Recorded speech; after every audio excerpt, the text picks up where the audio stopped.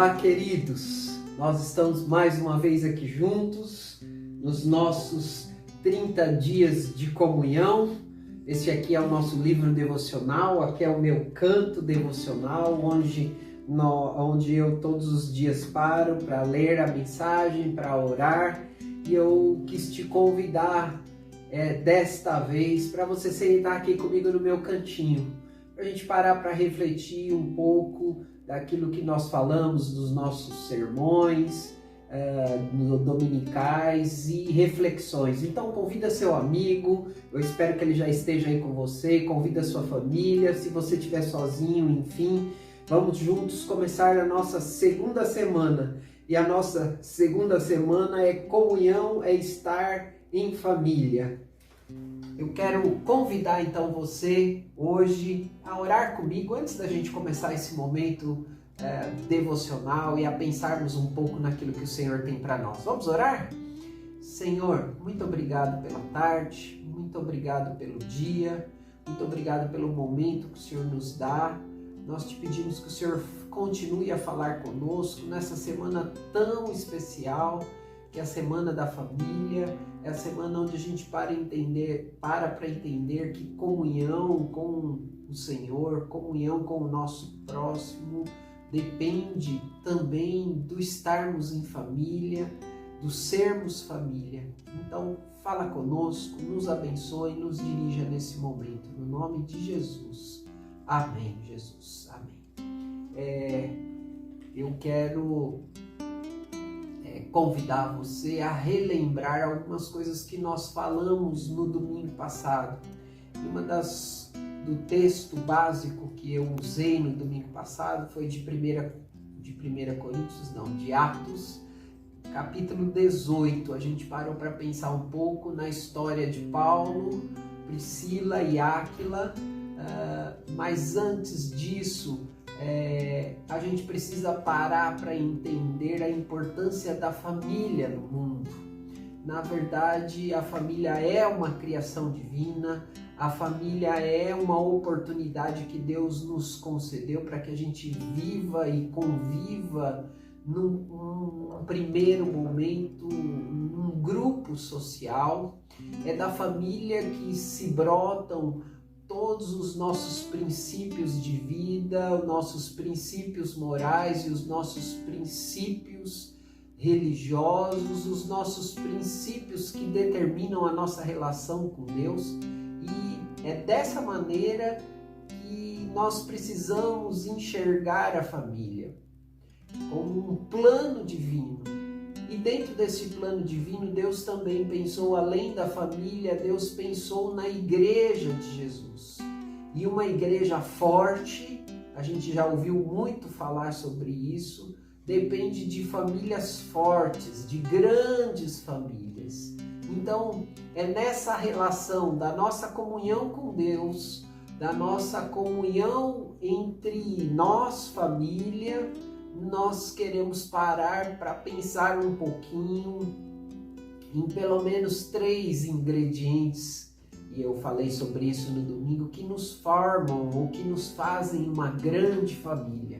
E se a gente parar para pensar um pouquinho, nós vamos ver que, e eu fiz um destaque nisso no domingo, que um desses ingredientes que nos tornam famílias, ou grandes famílias, é ter Jesus como aquele que verdadeiramente faz morada dentro da nossa casa. Nós pensamos lá, ou pensando a partir do texto de 1 Coríntios 18, nos versículos... 1 Coríntios, não, me desculpe, mais uma vez, Atos 18, versículos 1, 2 e 3, nós vamos ver que Priscila e Áquila passaram por um momento de tensão por ter de deixar sua cidade, por ter de chegar em Coríntios e começar uma nova vida. Existia naquele momento um momento persecutório aos judeus, era um momento onde Áquila estava sendo perseguido, talvez por causa também da situação não somente de ser judeu, mas também pela situação de se tornar um cristão. Enfim, o momento era um momento bem complicado. Áquila se casa com Priscila, eles começam uma vida juntos e acabam, por toda a pressão aonde eles viviam, tendo que se movimentar até a cidade de Corinto. E ali eles encontram Paulo. O texto vai falar sobre isso. E começam a trabalhar juntos e partilhar juntos de uma vida. E Jesus é apresentado a Priscila e a Áquila. Imagine você ter o privilégio de passar dias e dias trabalhando junto com Paulo. É isso que o texto sagrado diz. E ali eles puderam encontrar, a partir daquela situação, um momento onde eles conheceram Jesus de uma forma profunda. Durante dias e dias, Paulo, Priscila e Áquila trabalharam juntos. Paulo, Priscila e Áquila conversaram juntos sobre Jesus, e a mensagem de Jesus e a presença de Jesus vai inundando o coração de Priscila e de Áquila, a ponto deles começarem a ter entendimento para passar por aquelas pressões. Hoje as pressões na nossa família podem se dar de maneiras diferenciadas. Hoje a gente pode entender a pressão financeira, a pressão profissional, a pressão dos deslocamentos que são feitos, a pressão de uma vida que é imposta por uma série de situações, de regras, de imposições que acabam levando as nossas famílias a viverem momentos extremamente pressionados. E uma das maneiras que o texto nos ensina sobre como vencer essas pressões é permitir verdadeiramente a presença de Jesus em nossas vidas. Observa que o Paulo, ele faz questão de partilhar de um momento todo especial, que é o momento onde a presença de Jesus se faz presente na nossa vida. E Paulo, muito provavelmente, durante dias e dias de trabalho, junto com esses queridos Áquila e Priscila, pôde transmitir a eles a diferença que Jesus faz no meio de todas essas pressões, de todas essas dificuldades. Lembre-se que a semana passada nós falamos um pouquinho de vida abundante. E a vida abundante é a vida onde nós compreendemos a presença de Jesus de tal maneira dentro do nosso viver, dentro do nosso dia a dia, dentro do nosso contexto familiar, que é capaz de nos dar condições de vivermos e de ultrapassarmos todos esses momentos de tensão e de pressão. Talvez nesse momento, ou nessa hora, a sua família esteja passando por algum tipo de pressão, doença, falta de algo, impossibilidade de alcançar alguns alvos específicos que vocês fizeram. A única coisa que eu posso dizer, se há um consolo em tudo isso, é que Jesus pode ser um grande diferencial para que vocês passem por esses momentos. O próprio Jesus disse isso: olha, no mundo você vai ter tribulação, e a gente pode adaptar aqui o texto e dizer você vai ter pressão, mas tem de bom ânimo, porque eu venci o mundo, Jesus diz. E se Jesus diz que ele venceu o mundo, Jesus estava querendo deixar uma mensagem a nós que nós também podemos vencer todas as situações desse mundo com Jesus e com a vida abundante que ele tem para nos dar. Esse é o primeiro ingrediente. É o primeiro ingrediente que, quando ele compõe a formação da família, ele torna essa família uma grande família. Mas existe um segundo ingrediente que eu quero compartilhar com você. Este segundo ingrediente da qual nós falamos é a maneira como nós entendemos Jesus verdadeiramente na nossa vida. E essa maneira ela vai trazer para nós uma segunda ação. É a ação de que, uma vez que eu entenda que eu sou uma pessoa que vive com Jesus, que caminha com Jesus, eu preciso servir a Jesus. O nosso referencial de vida é servir a Deus. O nosso referencial de vida, como nós falamos na semana passada, é adorarmos a Deus. E uma dessas missões que Deus nos deixa, uma vez que nós nos tornamos seus seguidores, é nos tornar pessoas que compartilham de Deus em tudo que faz. No domingo eu falei um pouquinho sobre isso e da importância que pessoas de Deus têm e fazem quando elas servem a Deus, não somente no domingo indo à igreja, mas quando ela entende que a vida dela é um servir de Deus em todas as situações. Foi desses exemplos que nós conversamos e um deles foi do surgimento de um homem chamado Billy, que ficou conhecido como o pastor Billy Graham. E esses dias eu estava assistindo um seriado na Netflix, e esse seriado é o seriado Crown, que conta a história do caminhar da Rainha Elizabeth do Reino Unido, e diz num dos episódios do encontro dessa mulher e da diferença que este homem fez na vida dessa mulher e na vida, consequentemente, de todo o reino e de todo o governo daquele país através da Rainha Elizabeth. E isso aconteceu porque um dia alguém lá atrás resolveu fazer do seu trabalho uma extensão, ou fazer do seu trabalho e da sua vida uma vida devotada a servir ao Senhor.